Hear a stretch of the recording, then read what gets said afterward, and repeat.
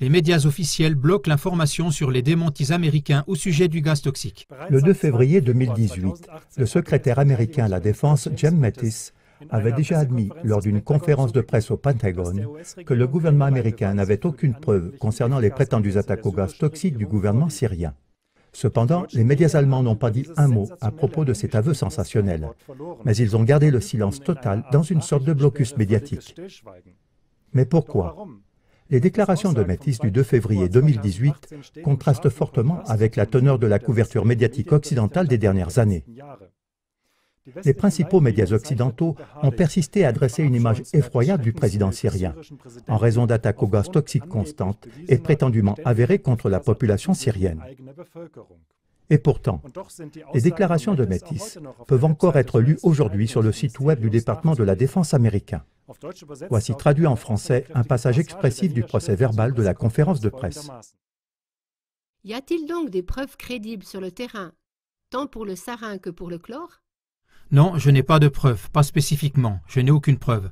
Ce que je dis, c'est que d'autres, des groupes sur le terrain, des ONG, des organisations non gouvernementales, des combattants sur le terrain ont dit que du gaz sarin avait été utilisé.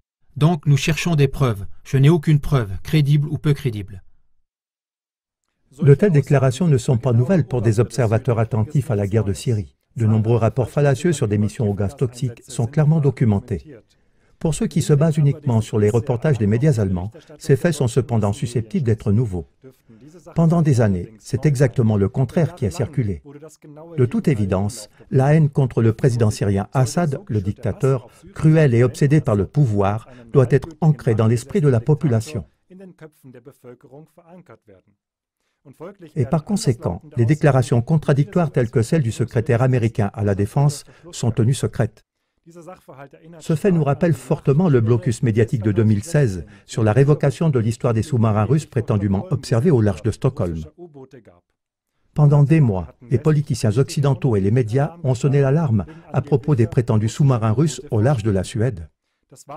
Il s'est avéré par la suite qu'il s'agissait d'une campagne de peur anti-russe délibérément lancée, afin de mettre la population dans un état d'esprit favorable au déploiement de l'OTAN en Suède.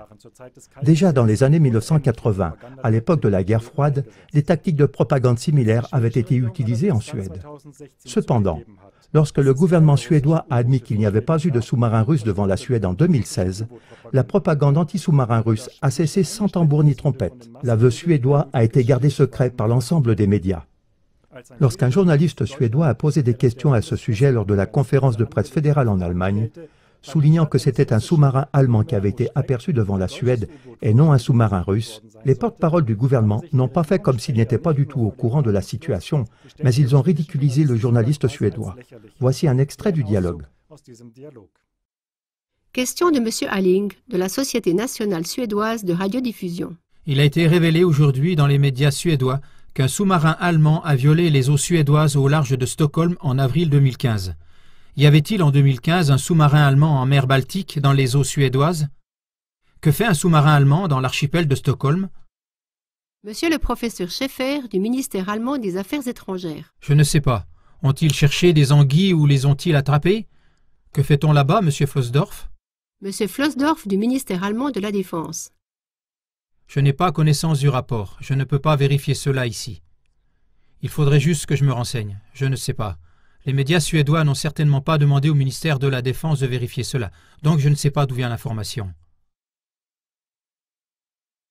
Monsieur Alling du service de radio-télévision suédois. L'information vient du ministère suédois de la Défense.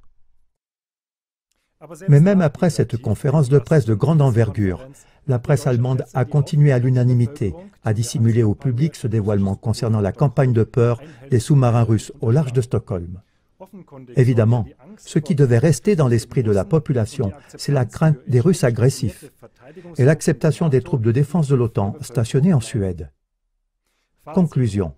Qu'il s'agisse de la part des médias officiels d'un blocage de l'information sur les démentis américains au sujet des gaz toxiques ou au sujet des sous-marins suédois, pour n'en citer que deux parmi de nombreux autres, les grands médias allemands, associés aux cercles gouvernementaux, se révèlent être un instrument de propagande pour les intérêts stratégiques des cercles anglo-américains.